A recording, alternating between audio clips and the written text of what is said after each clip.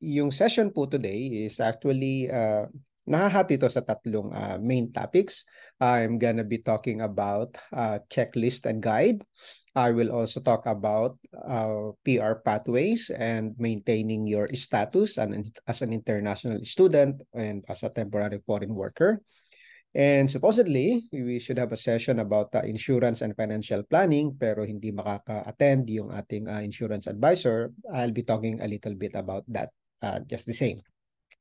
Now, para organize po tayo, at the end of my presentation, this will be a very short presentation.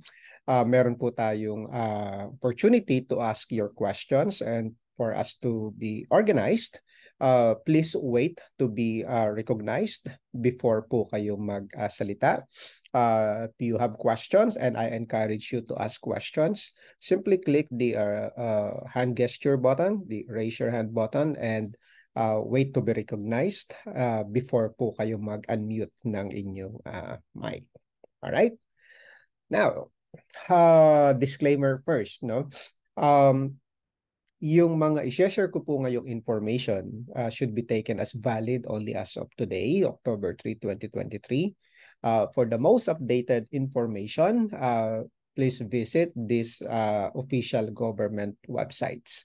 The reason being, nagbabago-bago po kasi yung mga regulations, but not as fluid like during the height of pandemic na almost every week merong changes. Ngayon medyo stable naman po yung travel regulations. But just the same, it would be best to check these websites in case merong mga changes. These are all important websites, pero ang pinaka-importante po dito for travel-related purposes, yung pangatlo, yung travel.gc.ca. Diyan nyo po makikita yung mga current na travel restrictions or regulations. Alright? Now, for those might be asking about yung sa mga pwedeng dalhin at pwedeng hindi, the right website to check is yung CBSA, Canada Border Services Agency website. Diyan niyo po siya makikita. Alright? Oops. Okay. Wait a minute. Okay. So, let's talk about checklist. Sandali lang po medyo kakaroon ako ng konting technical problem. Alright, so yung checklist, hinati ko po ito sa tatlong sections. Checklist for the principal applicant, checklist for the spouse, and checklist para sa dependent children as applicable. Alright? Now, para sa principal applicant, ito yung mga documents na kailangan ready. Okay? Of course, number one dyan, yung passport with a valid visa. Make sure na valid po ang inyong medical exam at the time of your travel. Your medical examination is valid for 1 year. So dapat by the time na aalis po kayo, valid pa rin ang inyong medical exam. Generally speaking, it is valid pa rin at the time na aalis kayo. Kaya lang, may mga instances na mag-e-expire yan for various reasons. Like for example, na-delay yung processing ng visa. You have to defer your intake schedule. So, maaaring mag-expire yung medical before ka umalis. And should that happen, kailangan po magpa-medical po kayo ulit and i-update yung IRCC. Okay, that is very important kasi kahit valid yung visa po ninyo, kung expired na ang inyong medical examination, sa system po makikita yan sa airport pa lang, sa check-in counter, makikita agad yan kung valid ang inyong travel document. And kung expired na ang inyong medical, hindi po kayo paaalisin. Alright? So, that is very important. Second, letter of introduction. Merong ipinapadala ang IRCC na letter as an approval proof ng approval ng application, which is supposedly ipe-present nyo siya sa port of entry upon interview sa immigration officer. So kung wala pa kayong hawak na letter of introduction, coordinate with your documentation specialist para maibigay po nila sa inyo yan. Right? Now, third is the letter of acceptance or confirmation of enrollment. You need to have a printed copy po niyan. Right? And you also need to print yung proof ng tuition payment, yung receipt nung binayaran niyo po sa school, whether it's deposit, 1 term, or 1 year. Mag-print po kayo and kailangan meron po kayong dala na readily available. Okay? And of course, kailangan nyo po ng proof ng funds na kaya nyong isupport yung sarili nyo pagdating nyo po sa Canada. Magkano yung kailangan nyo pong dalhin? Pag-uusapan po natin sa mga susunod na slides. Travel insurance, this is not a mandatory requirement, but it is highly recommended. Just recently, sa Calgary, merong visitor from the Philippines, pumasok sa Canada, supposedly 1-month vacation. Wala siyang travel insurance, na stroke. No? So, sobrang laki ng bills and ayun, nag-GoFundMe. Mahalaga yung travel insurance. Right? I'll talk about it later. Affidavit. Okay. So, a month or two ago, merong nilabas na bagong travel guidelines ang Philippine government na sinuspend. Supposedly, kasama doon sa mga additional requirements yung affidavit. Okay? Affidavit ng international student, basically stating kung saan siya nag-aaral, ano yung gagawin niya sa Canada, ano yung pag-aaralan niya sa school, sino yung mga kasama niya. Meron kaming sample niyan na affidavit na makikita niyo po dito sa checklist na nasa baba. Screenshot niyo po yung URL. You can visit that later. Meron kaming ginawa na travel checklist para mas madali niyong i-organize ang inyong mga documents. Pag binisit niyo po yung website na yan, may makikita rin kayong sample affidavit. Yung affidavit na ito, technically speaking, hindi pa po siya mandatory requirement kasi nasuspend yung implementation ng bagong guidelines. But it wouldn't hurt kung magpi-prepare na rin po kayo niyan. No, simpleng affidavit lang naman po yan. Punta lang kayo, print nyo lang po, panotaryo nyo sa notary public, at least ready na po. But if you will ask kung mandatory requirement ba yan, the answer is no. Kaya lang, maraming nangyayari sa immigration, sa interview sa Pilipinas, kung ano-anong hinihinging document, might as well, i-ready nyo na po yan. Alright?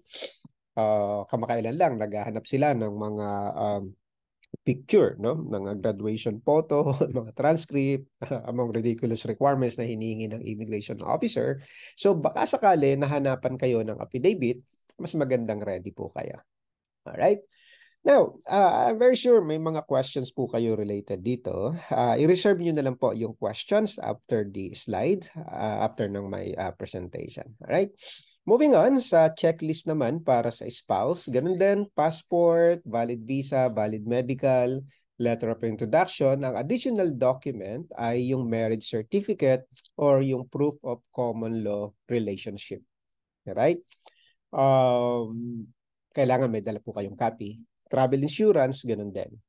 OEC exemption memo. Why is this important? Okay, context. Ang mga overseas contract workers, bago siya payagang umalis ng Pilipinas, may screening sa immigration. Kailangan legit yung contract nila na pagpapatatrabahuan abroad and to make sure na protected yung mga Filipino overseas contract workers, kailangan kumuha ng clearance sa POEA or sa Department of Migrant Workers. Ngayon, kailangan nilang makakuha ng OEC, okay? Overseas Employment Certificate or Clearance. Ito yung proof na legit yung contract niya, yung trabaho niya abroad. Okay?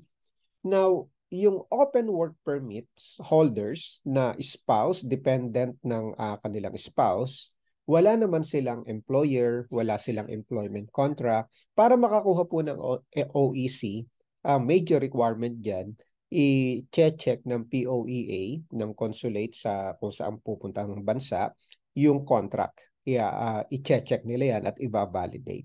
So yung open work permit holders, wala naman siyang employer, wala siyang employment contract, and therefore, hindi siya makakakuha ng OEC. In fact, hindi naman talaga required. But for some reasons, may mga immigration officers na hinaharang yung mga open work permit holders, yung mga spouse, hinaharang sa immigration kasi walang OEC. We have a case a couple of years ago na medyo umiiyak na yung client, tumawag sa akin, medyo late night na yun. Hindi nga siya makaalis. So, in-advise namin kung paano i-explain. Pero yun nga, pag nandoon ka sa immigration at kinabahan ka, hindi mo na siya natatandaan kung paano siya gagawin. So, to address that, para walang masyadong mahabang paliwanag sa immigration officer, i-print nyo na lang po itong OEC exemption memo. Nandiyan din po yung link. Visit nyo po yan. So pag hinanaban kayo ng OEC, you can simply state na hindi po kayo required. Ito po yung proof from POEA. Alright? Again, yung checklist po, bisitahin nyo po yan. Nandiyan po lahat ng pinag-uusapan natin ngayon. Okay. Para naman sa dependent children, kung applicable. Again, passport din, valid visa, valid medical, letter of introduction. Ang additional is birth certificate. Okay? Travel insurance, mahalaga yan. Not mandatory, pero highly recommended. And immunization records, including yung medical history and records of prescriptions from doctor. Lalo na kung yung prescriptions, yung records of medical history and records of prescription from the doctor, applicable lang po ito kung merong medical surveillance form na kasama doon na pinadala sa inyo nung binigyan kayo ng visa. Let me explain. Para saan itong medical surveillance? During the medical examination, may x-ray. Typically, nagkakaroon ng medical surveillance form yung mga applicants kapag merong issue sa lungs. Kung nag-repeat x-ray, kung may nakitang mga scars, etc. Nothing serious. It's just that Canada Public Health wants to make sure that everything is taken care of. So pagdating niyo po sa Canada, ang requirement lang naman dyan ay mag-report kayo sa Public Health Office. Inform nyo sila kung ano yung address po ninyo para kontakin nila kayo for further instructions. So yun lang naman po yun. And kapag kinontak ng Public Health Office, usually i-require kayo ng x-ray, check-up, and then during the check-up, dito hinahanap, titingnan yung history, kung ano yung naging medical condition, ano yung mga gamot na tinake during that period. So, mas nagiging madali yung process kung readily available po ito. Yung immunization records naman, required ito sa mga dependent children po ninyo, to make sure na maibigay yung mga kailangang ibigay sa inyo. Kung wala pang mga ganitong bakuna, pagdating dito sa Canada, at least mai-provide po. That's basically the concept ng pag-require po nito. Report cards from school ng anak po ninyo is important para ma-determine kung anong grade level sila papasok dito sa Canada. Usually, kung anong grade sa Pilipinas, yun na rin yung grade nila sa Canada. Pero subject pa rin yan sa evaluation, interview, and sometimes may mga test din, examination. Okay? Kung plano nyo pong pag-aralin ang inyong anak sa mga Catholic schools, nire-require po nila yung baptismal and confirmation certificate kung applicable na po. Okay? Sa pag-aaral sa Catholic schools, depende kung saan province kayo pupunta. Sa province ng Ontario, kahit Catholic school, libre po yan. Walang tuition na binabayaran. Sa ibang provinces like British Columbia, kung doon kayo pupunta, yung mga Catholic schools po doon, you have to pay yung tuition. Pero yung tuition na ibabayad po ninyo, domestic rate, hindi yung international student rate. Okay? So, that is the case because education sa Canada is responsibility ng provincial government, hindi ng federal government. Kaya different province, different yung kanilang mga programs. Okay? So again, checklist. Screenshot niyo po yung URL and then bisitahin niyo po siya mamaya. Right?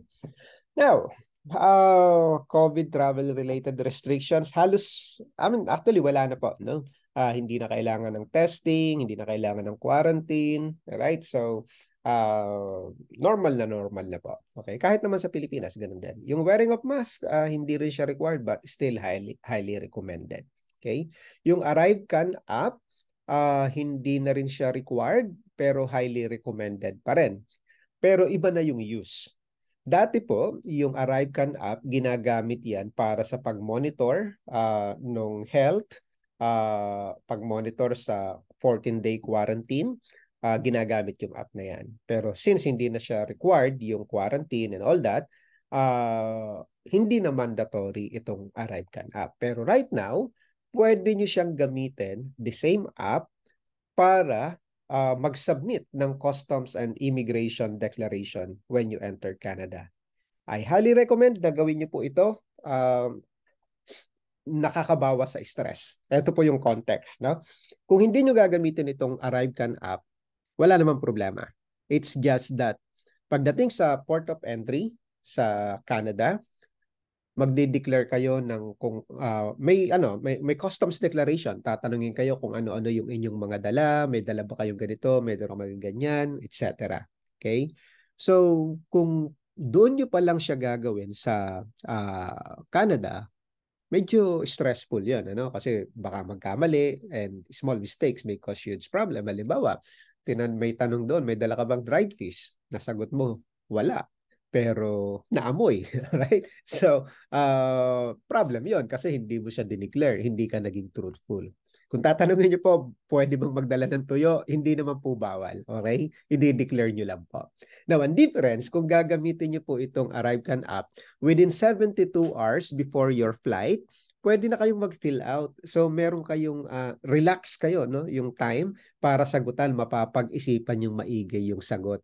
So, dito pa lang, nasa Pilipinas pa lang kayo, sinasagutan nyo na yung mga questions na sasagutan nyo supposedly pagdating sa Canada. So, mas meron kayong time na pag-aralan maigi yung inyong mga isasagot. And, pag ginawa nyo yun, pagdating nyo sa Canada, sa port of entry, hindi nyo na kailangang magsagot. Pero pwede nyo pa rin i-review ulit yung mga sinagot nyo before nyo siya i-submit. Okay? So yun po, yun lang yung use ng ArriveCan app. Okay? I highly recommend na gawin nyo po yan para mas mabilis yung process nyo sa immigration sa Canada. Okay? Magkano ang dapat na dala yung pera? Okay.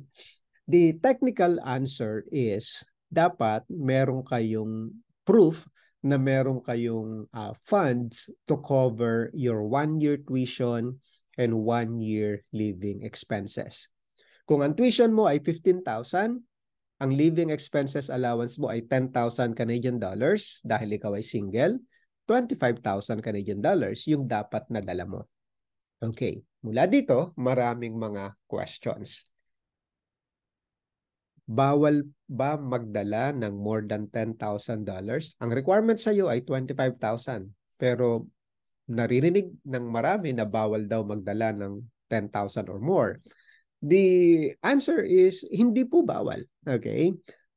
Kung magdadala po kayo ng 10,000 or more equivalent, or 10,000 Canadian dollars or equivalent, dapat i-declare nyo lang po. Hindi siya bawal.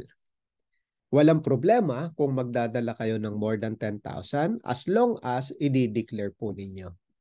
Ang problema, kapag nagdala kayo ng more than 10,000 at hindi nyo siya dineclare.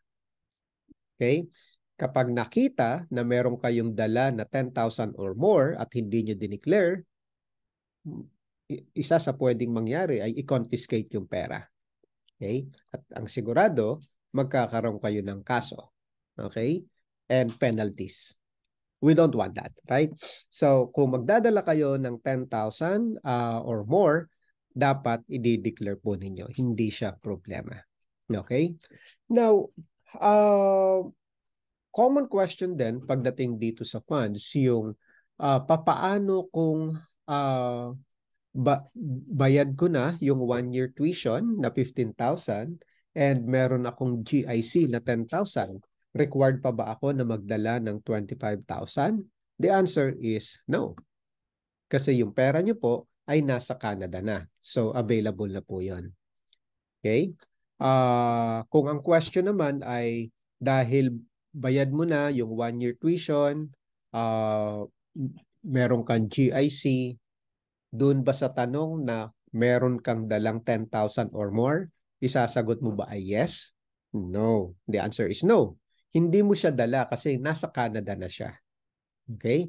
Using the same scenario, magkano yung pwede mong dalhin cash? The answer is kahit magkano, walang limit. Okay? Pwede 1,000, 2,000, 10,000, 20,000. Yun nga lang, kung magdadala ka ng 10,000 or more, kailangan mo pa rin siyang i-declare. Okay, I hope that's clear. Pero kung may mga hindi nakakasunod, pwede naman pong magtanong mamaya. Alright? Now, another scenario, nagbayad ka lang ng tuition deposit na 5,000 and wala kang GIC, wala ka ring enough na cash in bank kasi ikaw ay sponsored ng kamag-anak na nasa Canada, magkano yung kailangan mong dalhin ngayon? Okay. Now, kung bayad mo na yung $5,000 na tuition deposit at meron ka pang kulang na 20,000, so dapat meron kang 20,000 na dala technically. Okay? Sandali lang po at may pumapasok . Okay.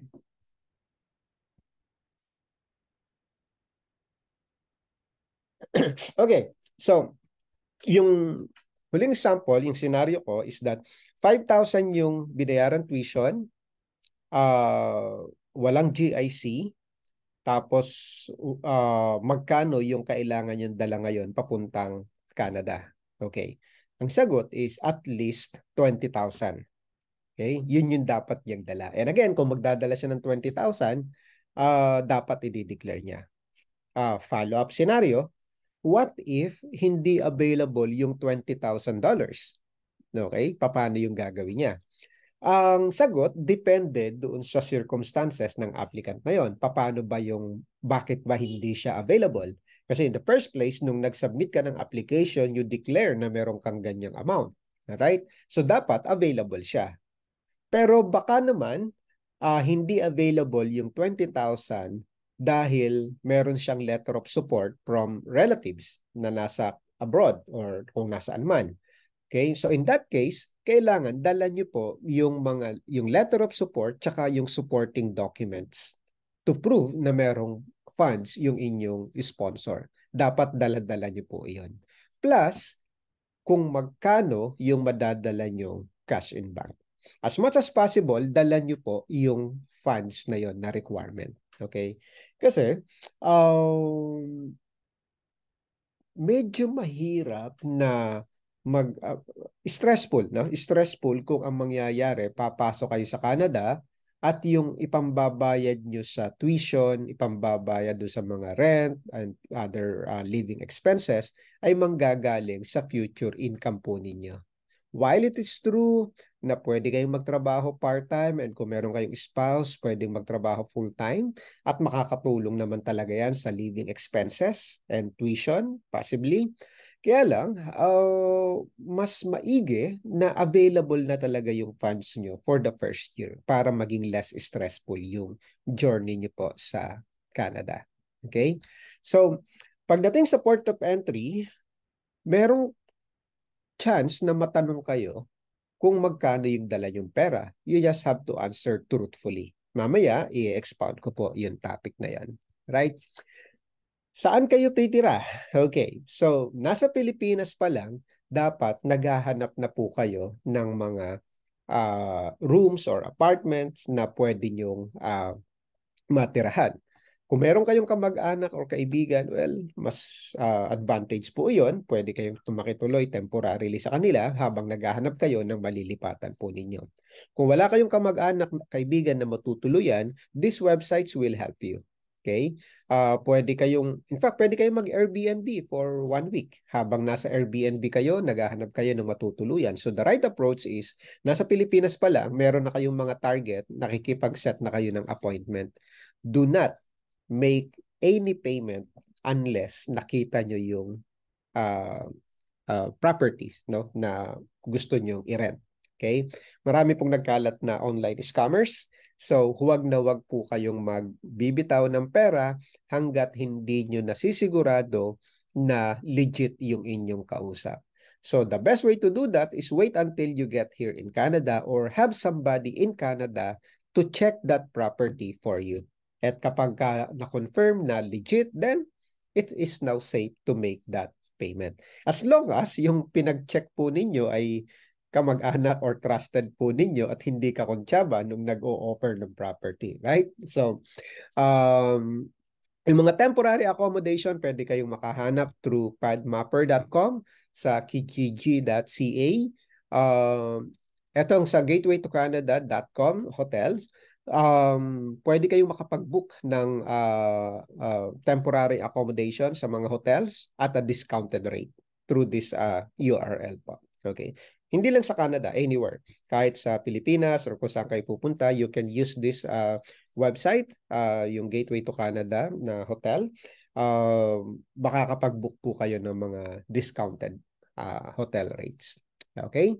So, medyo mahirap ngayon maghanap ng bahay, pero nagagawa naman ng paraan. Ang mahalaga dyan is yung planning and preparation.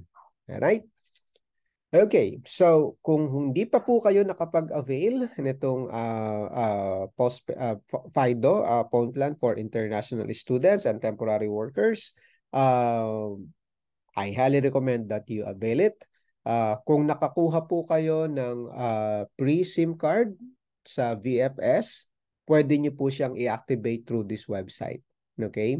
Medyo malaking tipid po ito kasi itong plan na ganito, in actual, kung dito nyo siya i-avail, kung hindi kayo mag-a-avail sa Pilipinas pa lang, at i-avail nyo the same plan pagdating nyo sa Canada, it's gonna be $60 na, hindi $40.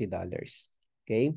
So if you want to have yung postpaid plan po, hindi kasama yung phone po dito, no? SIM card lang to with postpaid plan, makaka-discount po kayo by activating po ito or availing itong plan before po kayo umalis. So that's fido.gatewaytocanada.com. Alright?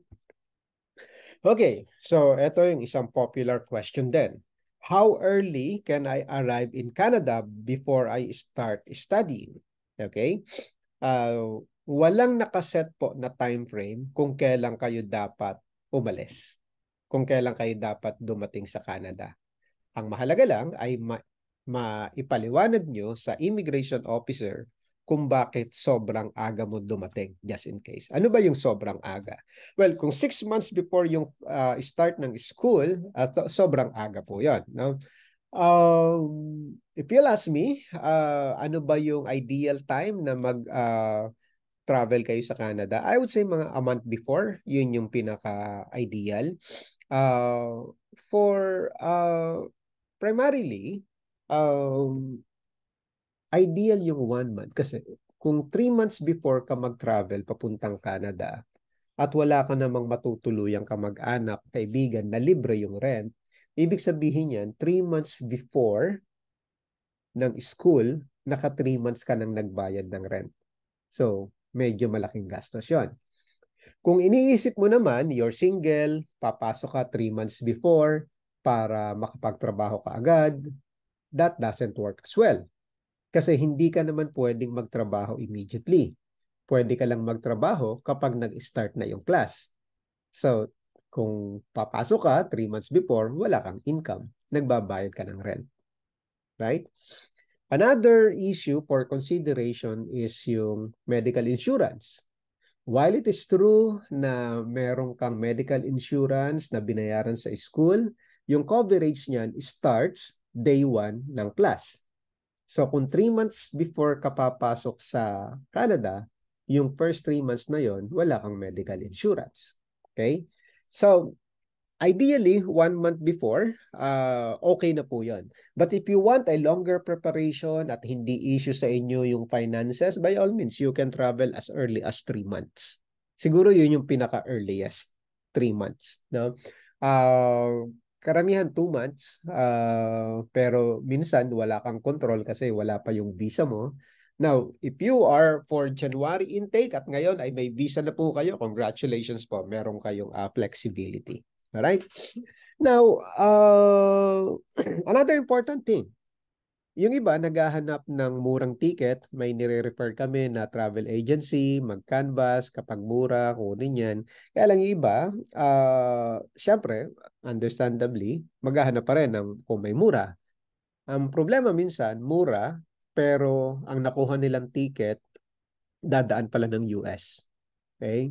So, kung dadaan ng US yung inyong flight, dapat meron kayong US transit visa or valid US visa.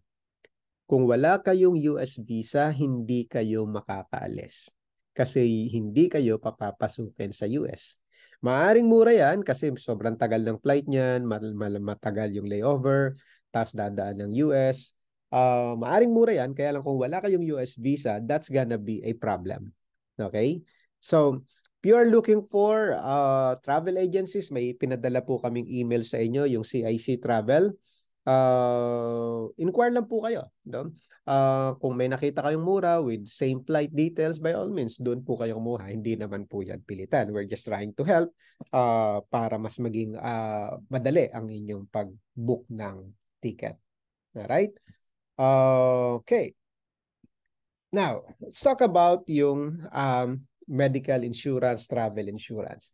I mentioned earlier na entitled kayo sa tawag dito sa medical insurance, right? So may binayaran na kayo niyan sa school. Okay, wait a minute. So may binayaran na kayo sa school na medical insurance. Number one, ng mga concerns. Yung binayaran nyo pong premium sa school para sa insurance ay para sa inyo lang. If you're single, then that's fine. However, kung meron kang asawa at anak na kasama, hindi sila kasama doon sa premium na ibinayad mo. To get them covered as well, kailangan kontakin nyo po yung insurance provider ng school para magdagdag kayo ng premium. Or, kumuha kayo sa other insurance provider. We can help you with that. So, in fact, baka mas makamura po kayo. Now, that's number one. No? Number two, yung medical insurance nyo starts sa day one ng school. Kung darating kayo 3 months before, yung 3 months na yon wala kayong coverage. So kaya dapat meron kayong travel insurance. Bibili kayo ng travel insurance for that 3 months. Kung 2 months before kayo darating, bibili kayo ng travel insurance for 2 months. Kung 1 month, 1 month. Okay? Ang mahalaga ay covered kayo day 1 pa lang ng arrival nyo sa Canada.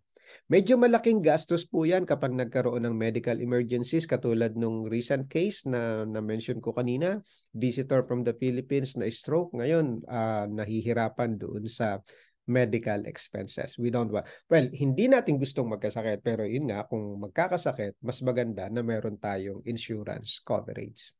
Right? Yung PIA Corp po is our company here in the Philippines, in Canada. We basically provide in Canada support services sa mga Gateway to Canada clients. That includes insurance coverage po. So if you are thinking of getting a travel insurance for you and your family members, visit nyo lang po yung website na ito, life.gatewaytocanada.com/insurance. And one of our financial advisors will get in touch with you para i-arrange kung ano yung kailangan nyo na product based doon sa inyong needs. Alright? Now, ganun din, mahalaga din yung life insurance. No? In case of death, disability, at least you got yourself covered. Mura lang po yung term insurance. In fact, Depende sa edad po ninyo, male, female. I think yung 35-year-old female non-smoker, for a $10 monthly, you can have a coverage of 500,000 Canadian dollars in case of death. No? So why wouldn't you want that? Right? So get yourself covered. Mapa-travel insurance man yan, medical insurance, or life insurance. Right? So again, if you are thinking of getting a travel insurance, we can arrange that for you. Ito po yung website. Okay? Okay. So, nakalampas na kayo sa immigration sa Pilipinas. Sumakay kayo ng eroplano, travel kayo 15 hours. Pagdating sa Canada, regardless kung saan yung final destination nyo sa Canada, ang issuance ng permit, gagawin yan doon sa port of entry. Ang ibig sabihin, halimbawa, ang school nyo ay sa Alberta. Okay? Wala namang flight from Philippines na pupunta sa Alberta. Usually, dadaan siya ng Vancouver. Yung iba namamasyal muna sa Toronto. So sa Toronto sila pupunta bago sila mag-take ng domestic flight papunta ng Alberta. Now, kung Alberta yung final destination mo, lumapag ka sa Vancouver, yung study permit will be issued sa Vancouver. Okay? Now, hindi ibig sabihin na meron kayong visa ay automatic papapasukin kayo. Pagdating sa Canada, sa port of entry, meron pa rin siyang brief interview and validation. Nothing to worry really. Relax lang kayo dapat doon, hindi kayo dapat kabahan. Basically, ang main objective ng interview na yon sa port of entry is to make sure na kayo talaga yung tao na may dala ng permit na yon. So, may mga questions dyan to validate your identity. So, tatanungin kayo, ano yung pangalan, date of birth, among other things. Pwede rin kayong tanungin about the purpose of your travel. Sasabihin nyo, of course, international student kayo. Pwede rin kayong tanungin saan kayong school, ano yung program na kukunin. Bear in mind na yung mga information na yon available sa system. Nakikita nila yon.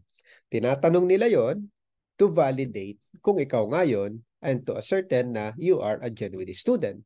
Kung hindi mo man lang alam kung saang school at anong program yung kukunin mo, medyo pagdududahan ka ng immigration officer at meron siyang karapatan na i-refuse yung entry mo. Kasi nga, sa tingin niya, hindi ka genuine student. Okay? So, hindi nyo naman kailangan i-memorize yung inyong personal study plan. Just, of course, know the basics by heart. Okay? Pwede rin kayong tanungin, magkano yung dala mong pera? Okay? Ang rule of thumb dito is that you answer only what is asked. Okay? Tinanong magkano yung dala mong pera, halimbawa ikaw yung senaryo kanina na 5,000 lang yung tuition deposit mo, meron kang 5,000 na dala, tapos yung 15,000 meron kang sponsor. Okay? So in that case, pag tinanong ka, magkano yung dala mong pera? 5,000 Canadian dollars. Stop ka na doon. Kung tanungin ka ulit, bakit yun lang, tsaka ka lang mag-explain. Okay? So do not volunteer information na hindi naman tinatanong para maging simple yung process. Alright? So kapag tinanong kayo, bakit 5,000 lang yan? Kulang yan. At that point, pwede niyong sabihin na, well, I have already paid my tuition deposit amounting to this amount and I have my sponsor. In fact, ito yung, well, you may or may not present yung documents, pwede mo sabihin na, well, I have my sponsor. Kapag hinanap yung documents, doon nyo lang po siya ipepresent. Okay? I hope you're following.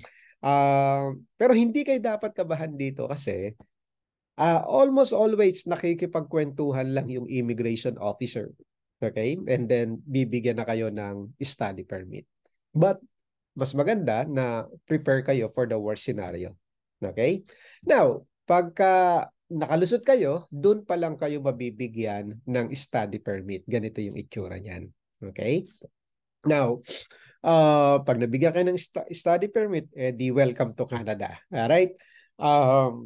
Check niyo po kaagad yung mga details. Yung tama ba yung pangalan, date of birth, etc. Okay?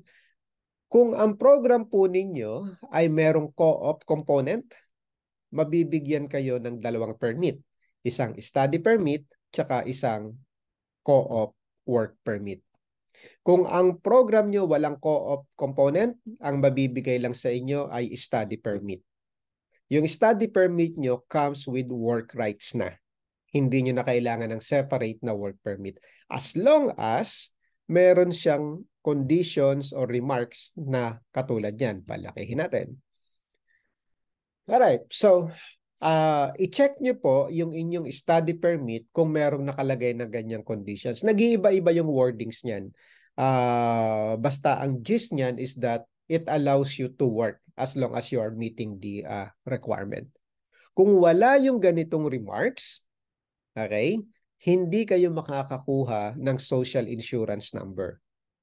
At kung wala kayong social insurance number, hindi kayo makakapagtrabaho. What happens if paglabas nyo ng airport, doon nyo palang napansin na wala palang nakalagay na ganyang conditions? You will have to return, i-mail nyo yung study permit para i-reprint. So, hihintayin nyo muna yung bagong permit bago kayo makakuha ng SIN. Medyo madidelay kayo. So, i-check nyo po kaagad ang inyong study permit before po kayo umalis doon sa immigration counter. Make sure na merong nakalagay na ganyang conditions. Kung walang nakalagay na ganyan, you can respectfully request for a reprinting of your study permit para hindi nyo na siya ibalik later on. Pwede po yan. Nagkakamali rin po kasi minsan doon sa immigration. Okay? Now, ganun din sa spouse. Kung may kasama kayong spouse and kids, mabibigyan din sila ng kanilang mga permit. Yung asawa po ninyo magkakaroon ng open work permit, i-check nyo rin po yung details. Yung anak po ninyo, depende kung ilang taon kayo at kung ano yung visa na in-apply. Ilang taon na yung anak, mabibigyan either ng study permit din or visitor record. Okay? Now, halimbawa, iba't iba kasi ng school age na policy sa Canada, depende kung anong province. Halimbawa, 3-year-old pa lang ang inyong anak, kaya hindi natin ini-apply ng study permit. Okay? So, pagdating sa Canada, 3-year-old pa rin siya, wala pa siyang 4-year-old, mabibigyan siya ng visitor record. The following year or few months after, nag-4-year-old na siya, pwede na siyang pumasok. For example, hindi niya kailangang mag-apply ng study permit. Yung visitor record po niya is enough para tanggapin siya sa school owing to the fact that dependent siya ng international student. Okay? So, I hope that's clear. Kung may questions, later pa.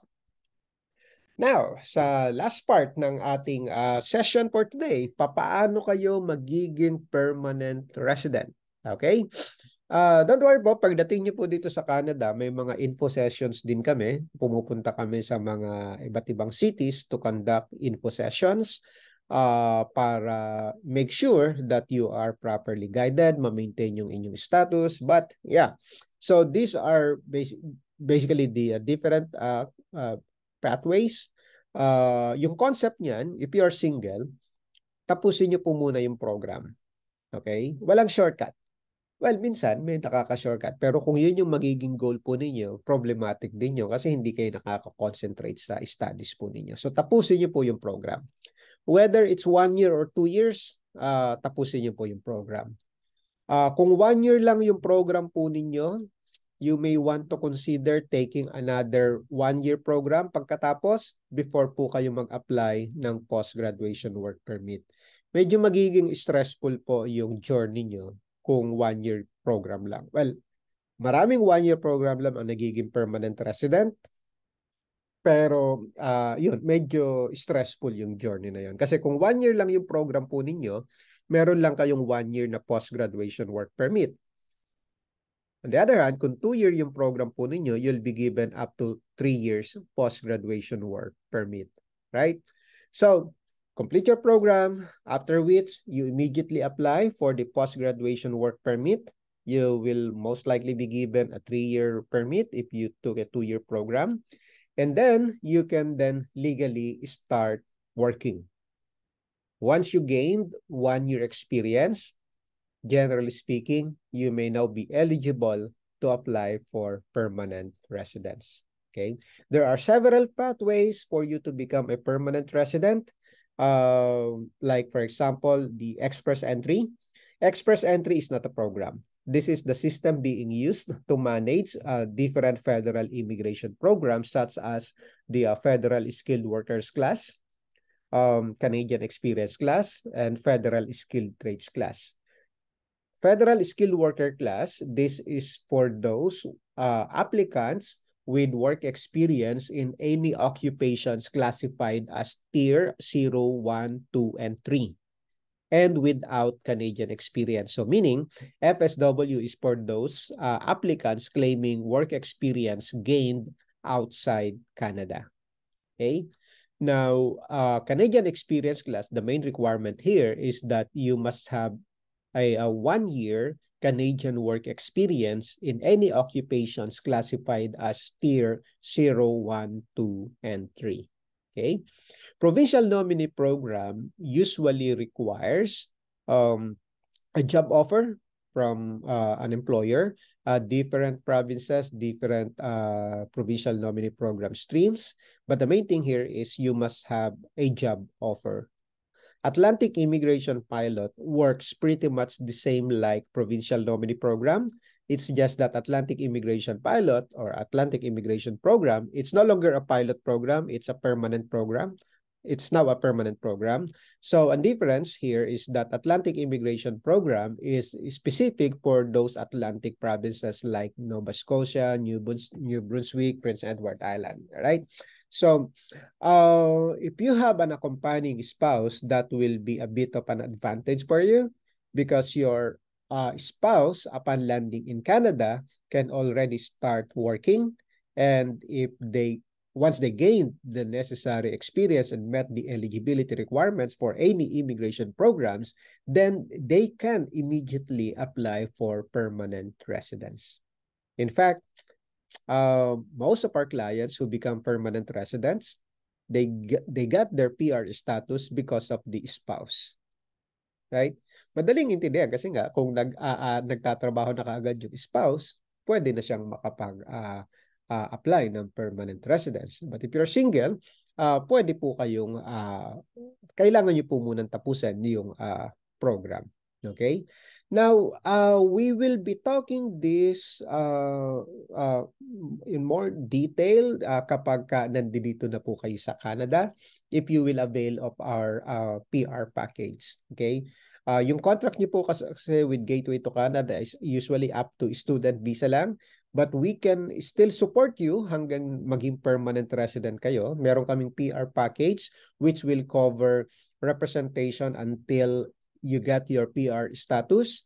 We will assist you in extending your permit if necessary, in applying for the post-graduation work permit, in nomination application, and up to PR application. So if you haven't signed up yet for that package, I strongly suggest that you do, because once you're in Canada and you will hire an immigration consultant or lawyer, medyo mahal po yung consultancy fee dito sa Canada.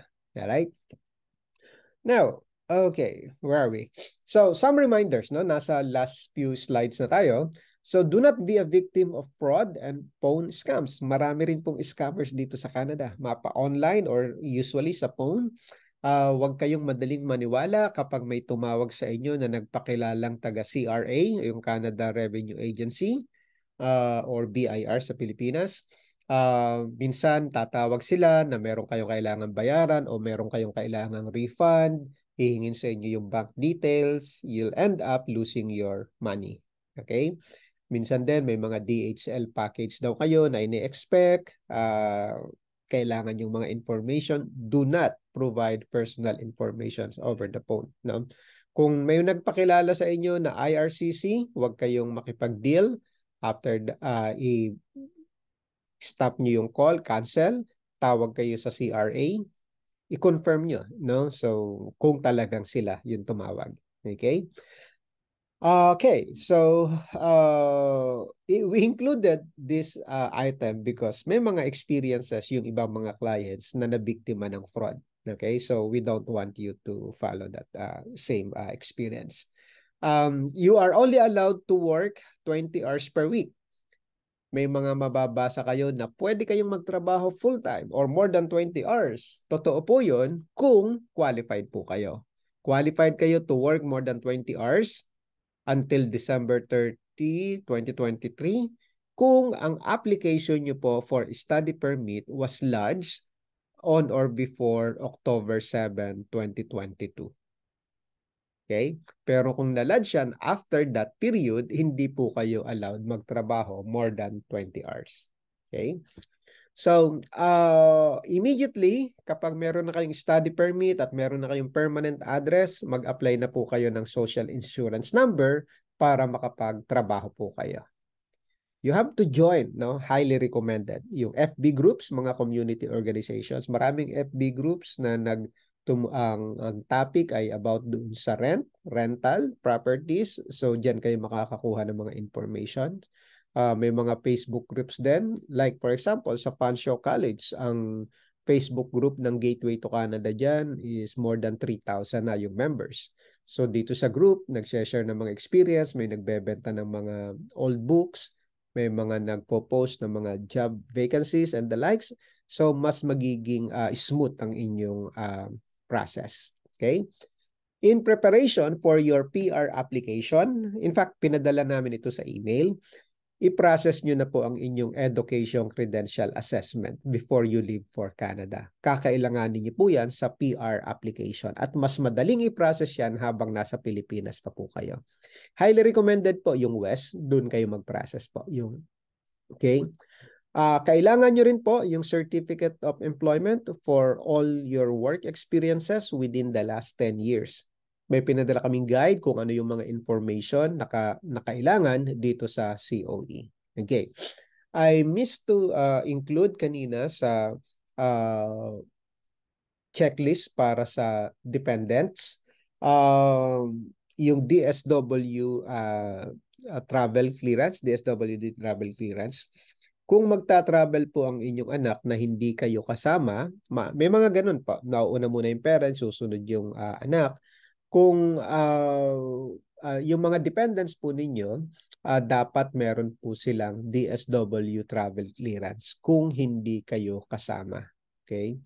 Kung kasal kayo, kahit sino ang kasama sa inyo, kahit isa sa inyo, hindi kayo, kung kasal kayo at magta-travel yung bata na isa lang ang kasama, pwede po yan. Mapa mother or father yung kasama, hindi kailangan ng DSWD. Pero kung hindi kayo kasal, pwede lang mag-travel yung bata na kasama ang mother without the travel clearance. Okay? Pero kung hindi kayo kasal at magta-travel yung bata kasama yung father, kailangan pa rin po ng travel clearance. Okay? So, I hope that's clear para hindi po ma-delay ang inyong mga travels. Kung may questions po doon, pag-usapan po natin mamaya, pwede po kayong mag-raise ng questions. All right. So, again, these are my contact information. My name is Apple. I am based in Mississauga, Ontario. I'm responsible for the in Canada support services. So pagdating niyo po sa Canada, get in touch. Kung may mga questions po kayo, text me, call me, or mag-book kayo ng appointment if you want a longer discussion. And yeah, before I entertain yung mga questions, may request lang po ako. Baka naman hindi nyo pa po na like yung aming Facebook page. Please do. And kung makakapag-iwan po kayo ng reviews, we will appreciate that. All right. So, that basically ends my presentation. Kung may mga questions po kayo right now, I'll be happy to answer them. May mga questions po ba? Simply click the yung hand gesture button and we will wait to be recognized and then bago po kayo magsalita. Alright, sandali lamang po . Okay. Just a minute. Oops.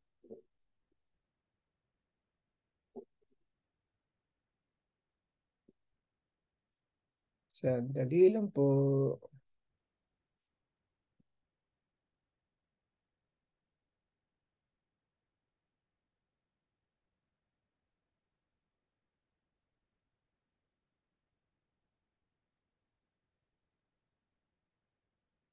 Okay, may mga naka-raise na yung kamay. Miss Angel, go ahead pa.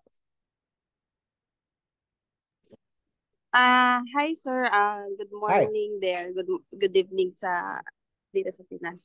Question sir, kasi because we are traveling with our kids. Okay. So they were issued for TRV. Okay. May permit din po ba silang marireceive upon port of entry? Yung mga Like kids po for, ninyo na visitor yung visa, yes, mabibigyan po for sila the dependents. mabibigyan po sila ng visitor record.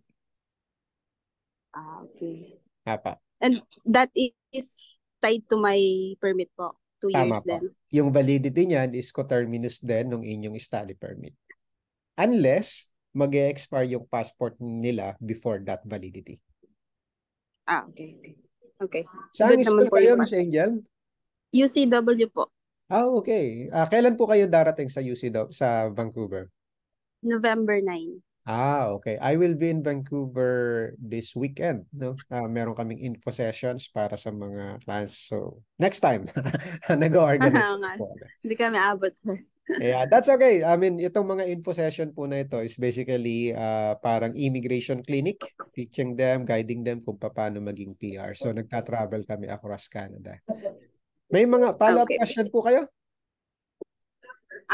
Yun muna, sir. All right. So, feel free to ask Thank you. questions later pa. All right. Miss Patricia. Hi, Sir. Hi, Sir Apple. Hi. May few questions po ako. For driver's license po, sir, may nakita po kasi ako sa Facebook na, yun nga, may documents po yatang need para paano po kaya yung driver's license if valid po dito? Okay, okay. Good, good. I forgot to mention that. Sa Seneca College ka, ma'am, no? Yes po. Okay. Sino nga yung nag-refer sa inyo na client namin? Si Miss... Miss Edith po. Edith, yes. Edith Lee. Miss Edith Lingo. Yeah, I mean, client namin siya for, I think, mga more than 10 years na. 15 years na Yes. yata dito sa Canada. Anyway, so driver's license. Okay. Iba't ibang provinces, iba't iba yung regulations. Okay?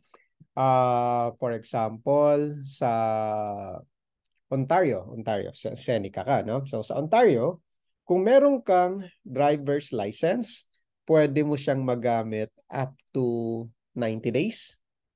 Hindi mo kailangan ng international driver's license, non-pro or pro, magagamit mo siya.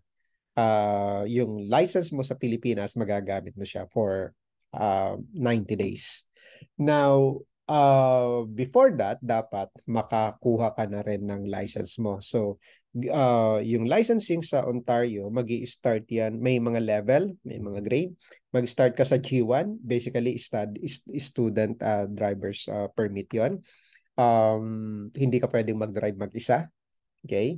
Now, mula doon, pwede ka nang mag-exam, mag-drive test to take yung G2 level. Or, yung G2 is parang non-pro. And then yung G is ito yung pinaka-pro. Now, usually, kailangan mo ng certain number of months na driving experience dito sa Canada bago ka makakuha ng G2 license. And from G2 license, another period para makakuha ka ng full G license. Now, kung meron kang driving experience sa Pilipinas at magdadala ka ng LTO certificate at nakalagay doon kung since kailan ka nagdadrive, kapag nag-apply ka ng G1 or study permit, student driver's license, that will somehow allow you to immediately take yung full G license kahit hindi ka maghintay ng 1 year or 2 years. So, yun yung use nung yung LTO.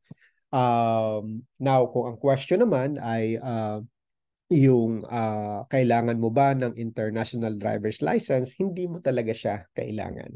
Okay? Now, for example, sa British Columbia, kung meron kang study permit, at the same time, meron kang driver's license sa Pilipinas, whether it's pro, non-pro, hindi kailangan ng international driver's license, magagamit mo yung license hanggat valid yung study permit mo. Okay? So, iba't ibang province, iba't iba yung regulations. You need to check with the province ministry sa transportation para malaman nyo po yung magiging rules. No? Pero hindi advisable na immediately mag-drive ka dito sa Canada. Sobrang laki po ng difference sa mga sa driving discipline, traffic rules. So you should familiarize yourself muna doon sa driving bago ka talaga actual na mag-drive. Alright? Did that answer your question, Patricia, or may follow-up question ka ba? Sir, bali yung certificate po, sabihin lang po namin sa LTO na for international or may No, tawag po ba sa it's certificate? basically, ano ba yung, nakalimutan ko yung term. It's basically a certificate from LTO kung kailan ka, kung simula kailan ka nag-drive. Okay po. So, hindi kailangan ng international driver's license. So, I think 100 pesos lang yung bayad para doon sa certificate na yun. Okay po. Okay? Tapos, Kinukuha lang yan, ma'am, sa head office ng LTO. okay po. Copy. Hmm. Another question, Sir Apple, related po to sa GIC. Bali, after enrolling po kasi wala akong na-receive na email or how to claim the card or instructions. Would they Okay. be, Which bank po kayo nag-open ng GIC? hindi ko na po maalam. CIBC po ba? Yes, Apo. Okay. So, I'm sure may email kayong natanggap kasi nandoon yung meron kayong GIC, yung certificate mismo, yung document. So, pagdating niyo po sa Canada, meron kayong study permit, meron na kayong address, sasamahan kayo ni Miss Edith, sabi niya sa Service Canada. Right? So, pupunta kayo sa bangko para i-claim yung card po ninyo. Usually, nagbubook ng appointment para hindi kayo pumila. So, kahit saang branch na malapit po kung saan kayo nakatira. So, call them, book an appointment, punta po kayo para i-claim nyo po yung inyong ATM. At that point po, sa appointment na yon, pwede kayong makakuha ng ATM po ninyo. Ang laman muna noon ay depende doon sa amount na dineposit po ninyo. Kung 10,000 yan, ang initial na amount muna yan ay 2,000. Tapos yung 8,000, monthly, i-deposit yan, ihahatiin for the next 10 months or so, hahatiin monthly, papasok doon sa ATM mo. During your appointment sa bangko, i-request mo na mabigyan ka rin ng credit card, kahit maliit lang yung credit limit, for you to start building your credit score. So, kung ang tanong ay paano ma-claim yung card mo, pagdating mo sa Canada, make sure na meron ka ng address, meron study permit, dalhin mo yung GIC, punta ka sa bangko. Book an appointment before po kayo pumunta. Okay? Okay. Thank you, Sir Apple. Alright. Sino pa po yung may mga questions? Okay. Ivan, go ahead. Opo, Sir Apple. Tanong ko lang kasi na-defer ako dun sa intake ko kasi sa x-ray. Okay. Ngayon, kasi dun sa medical history records of prescription, kasi di ba may sputum siya. Negative naman ako, hindi naman ako minedicate. Paano kaya yung... binigyan kasi ako ng medical surveillance eh. Okay. So, kung Ayun. meron kayong medical surveillance form, merong instructions dyan, nakita niyo po ba yon? Opo, napupunta ron sa... Hindi naman kailangang pumunta physically. Pwede nyo i-email lang yung inyong address doon sa public health office responsible kung saan kayo nakatira. And then, hintayin nyo lang po yung future instruction, yung further instructions. Basically, ang magiging process po niyan, i-require kayong mag-x-ray ulit dito sa Canada, tapos check up. So, nothing serious really kung negative naman. So, gusto lang nilang matiyak na you are properly taken care of. Pero hindi naman po ako hihinga ng medical history records dun sa border, dun sa Port of pagdating ko entry, ng Canada. Port of entry. Walang issue po yan sa port of entry. Okay po. Hindi yan kailangan po sa port of entry. More on ano po yan, monitoring ng public health office. So labas yung immigration, labas yung borders. So sa public health po yan. Okay po. Alright. More questions? Wala ba? Ako meron pa ako sa Rapol. Go ahead. Kasi yung sa dependent child po, kasi yung sa spouse po, di ba, ang work permit niya, pwede siya mag-start na mag-work kapag start na ng classes ko. Yung student? Opo, ako po kasi yung student eh. Okay. So, yung open work permit po, upon landing sa Canada at meron na siyang SIN, pwede nang magtrabaho. Hindi po ba yung naka-tie up dun sa kung kailan start ng classes ko? Yes, apa. Kasi ang tanong ko actually is para dun sa dependent child ko eh. Kasi pagdating ba kasi ang intake ko po is January. Okay. Balak naming pumunta na doon ng 3rd or 4th week ng November. Okay. So inisip ko kasi kung pwede nang mag-aral yung anak ko paglapag namin. O kailangan ba niya intayin din yung start ng classes ko? Hindi po.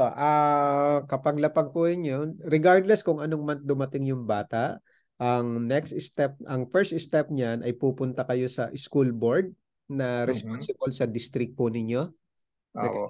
And then doon, submit niyo po yung study permit nyo, permit ng bata, tapos yung mga cards niya, and then doon i-determine kung ano yung grade niya na. And kahit nag-start na yung class, pwede siyang mag-join po. Okay po. So depende yan, no? Katulad nung daughter ko po, dumating siya April, grade 11 siya. Patapos na yung class that time. So school siya, nag-summer siya ng July, few courses, and then come September, grade 12 na siya, no? So they're very flexible, so hindi siya problem. So depende po dun sa school ko anong sasabihin sa kanyang kailangan niyang i-take. Tama po. So ang mahalaga ay mag-report kayo kaagad dun sa school board, responsible po dun sa district nyo. Sila yung magbibigay sa inyo ng mga list ng schools na pwedeng pagpasukan. Minsan mamimili kayo kasi may mga area na sobrang dami ng schools. So ang rule kasi diyan kung saan dapat malapit yung bata siya papasok. Okay po. Okay? Saan school kayo, sir? Ano po Lambton sa Mississauga rin po. Okay. Medyo magkapit-bahay tayo. Nandito lang ako sa Mississauga. Meet ko na lang kayo dun para sa PR package ko. Yun din po kasi sabi nung advisor namin sa ER. Yeah, opo. So, let me know. Kapag nandito na po kayo, message nyo lang po ako. We can meet over coffee or something. Right? Okay. So, more questions? Ako si Rapol, meron pa. Go ahead. Wala pa naman pong nagtataas na kapag. Yung po kasi sa proof of funds, di ba pagdating dun sa point of entry, kasi nung nag-apply kami ng visa, di ba nag-submit kami ng bank statement, yung proof of funds, kailangan ba yung dala namin sa point of entry, updated na siya? Okay, so, well, technically, hindi nyo kailangan magdala ng mga bank documents. So, ang tanong dyan is, magkano na ba yung nabayaran yung tuition? May GIC ba kayo? Merong GIC, tas 1 year paid na rin po yung school kasi. Magkano po yung GIC? Good for the whole family?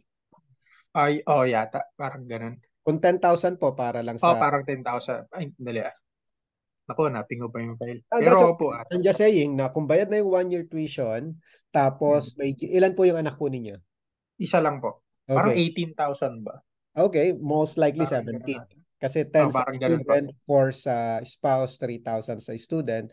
So kung bayad nyo na yung 1 year tuition at may GIC kayo for the whole family, good for 1 year, kahit magkano na lang po yung dala po ninyo at hindi nyo kailangan magdala ng bank certificate.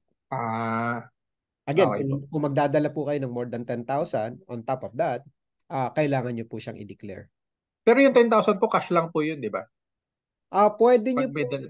Pwede niyo pong ipagawa yan na bank draft na nakapangalan sa inyo. Tapos pagdating, kasi yung iba, may dadalhin halimbawa na $20,000, natatakot na dalhin in cold cash. So if that's the concern, pwede nyo ipa-convert, let's say yung 15,000, ipagawa nyo ng bank draft.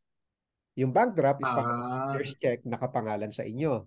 Tapos may dala kayong 5,000 na cash. So may Oo. 50,000 kayo na bank draft, 5,000 na cash, i-declare nyo pa rin po yon kasi yung bank draft So yung MC po, yung manager's check, ano pa rin siya, i-declare pa rin i-declare siya. pa rin po. Ang advantage Okay. lang noon is that mas madali siyang itago compared doon sa cash. So Opo. ang concept niyan is pagdating sa Canada, nakapag-open ka ng account, i-deposit mo na lang yung bank draft. Right? Pero bank draft is still considered cash, so that should still be declared as part of your cash na dala-dala. Alright? Okay po. Ilang 30,000 po ba yung dala nyo, sir? Or is it 40? So basta i-declare nyo lang po. I-declare nyo lang. Opo. Alright? Okay, so do we have more questions? We still have time. Or although gabi na sa inyo dyan, dito ay nagsisimula pa lang ang araw. It's only 9 o'clock, 9:18. Kung may mga questions po kayo, we still have time? More questions? Sir Apple, isa pa. Go ahead, habang wala pa pong ibang nagtataas ng kamay. Papiyaw lang Sir Apple dun sa PR. Yung job offer ba, yun din ba yung Lamia? Depende po sa context, no? Yung LMIA po kasi is a job offer, right? In fact, it's a proof na yung job offer was initially offered locally pero walang nag-qualify, kaya pinapayagan siyang mag-hire, yung employer mag-hire ng foreign worker. Ang proof noon yung LMIA. Okay? So kapag meron ka ng LMIA, pwede ka nang mag-apply ng work permit. Kung meron kang open work permit, hindi mo talaga kailangan ng LMIA kasi nga, pwede ka nang makapagtrabaho. Yung open work permit allows you to work for any employer, any province. Yung LAMIA-based work permit, you can only work doon sa employer na nag-issue ng LMIA. Okay? Now, in the context ng PR application, yung job offer na tinutukoy, depende kung anong programs, it may or may not be an LMIA. Okay? So, for example, sa Ontario Immigrant Nominee Program, given that you'll be going to Lambton College, so yung job offer na nire-require sa Ontario Immigrant Nominee Program, hindi kailangan ng LMIA. So, walang gastos yung employer. Okay? Yeah, so merong for purposes ng express entry, however, yung job offer na tinutukoy dito, kailangan LMIA based. Okay? So kaya sabi ko, depende dun sa context. For Ontario Immigrant Nominee Program, hindi kailangan ng LMIA, so may pipirmahan lang na job offer form yung employer. Most ng nasa Ontario actually nagiging PR dahil dito sa OINP. So job offer lang po yung kailangan ni sa OINP. Correct. Kasi nga po tama yung sa FSW kailangan ng LMIA no. That is correct. Okay po. Alright. More questions? Medyo matipid yung grupo na ito. Although konti tayo. I think your first batch ng January. May mga questions pa po ba? Mukhang naubos na yung mga tanong. Okay, so I think we've already covered yung mga kailangan po ninyo. And siguro kung wala na po kayong mga questions, ito lang po ulit yung aking let me just again flash my contact details. Okay? So message niyo po ako pag nandito na kayo sa Canada. From time to time, nag-visit po kami sa iba't ibang cities. Nung September 23, nasa Toronto kami. 30 nasa London. This October 7 nasa Vancouver kami, no? So pinupuntahan namin yung aming mga clients dito to provide yung support, no, para kasi stressful po talaga yung pag student, no. I know that for a fact kasi yung wife ko po actually nag-aral din sa Canada as an international student. That was in 2019 sa Pancio College, no. Nakagraduate siya at the height ng pandemic, April 2020. So ang challenge noon, ang fear is baka walang trabaho. Pero on the contrary, kahit pandemic, sobrang daming trabaho. Such that before the end of 2021, we already got our PR. Okay? Maraming trabaho sa Canada. Wag lang kayo mamili muna, no? Although hindi nyo kailangan mag-start sa mga entry-level jobs, no? Depende on how you will prepare for it, how you will market yourselves. Talking from experience, no, my wife, she's now working as the regional placement coordinator. She's working for a private career college. She's basically handling its 7 campuses. So ang una niya naging trabaho dito is as an administrative assistant, naging school administrator ng maliit na school. But yeah, pero kung part-time jobs yung hanap po ninyo while nag-aaral, typically mga ano po ito, nasa service industries, yan po yung makukuha nyo po na trabaho talaga. Yung part-time income po ninyo, if you're single, enough lang yan to cover yung day-to-day expenses po ninyo. It is not enough to cover your tuition. So, make sure na pagpunta nyo po dito, readily available na yung pambayad sa tuition for 1 year, and then hindi niyo siya iaasa sa future income, no? So marami kayong mababasa sa Facebook na nagiging problem kasi nga hindi prepared, no? Meron kasing mga applicants na ang ginagawa, nagbabayad para sa bank certificate, tapos pag aalis hindi talaga available yung funds. Hindi talaga siya magiging smooth yung travel. May mga instances din na nung nag-apply, may pangako yung kamag-anak. Pagdating dito sa Canada, nag-iba na yung sitwasyon. So, turned out, hindi pala libre. So, walang budget. So, things like that. Make sure na planuhin nyo pong maigi para hindi maging stressful yung journey po ninyo. At para makabawas doon sa stress, nagkakaroon kami from time to time ng mga info sessions para alamin yung inyong situation, and mahalaga na makipag-keep in touch po kayo. And kung yung contract po ninyo ay hanggang student visa lang, make sure po na, we highly recommend na you avail of the PR package para continuous po yung ating consultation. Kasi in the near future, yung mga consultation po namin sa in Canada applicants, meron na po siyang charge, pero if you sign up doon sa aming PR package, unlimited po ito na consultations hanggang sa maging PR po kaya. Alright? That being said, thank you very much po, and hoping na ma-follow and like niyo po ang aming Facebook page, at kung makakapag-iwan po kayo ng kahit na short review dito sa aming Facebook page, we will greatly appreciate that. Alright? Thank you very much po. Have a good night. Ingat po tayong lahat. Bye. Thank you, sir.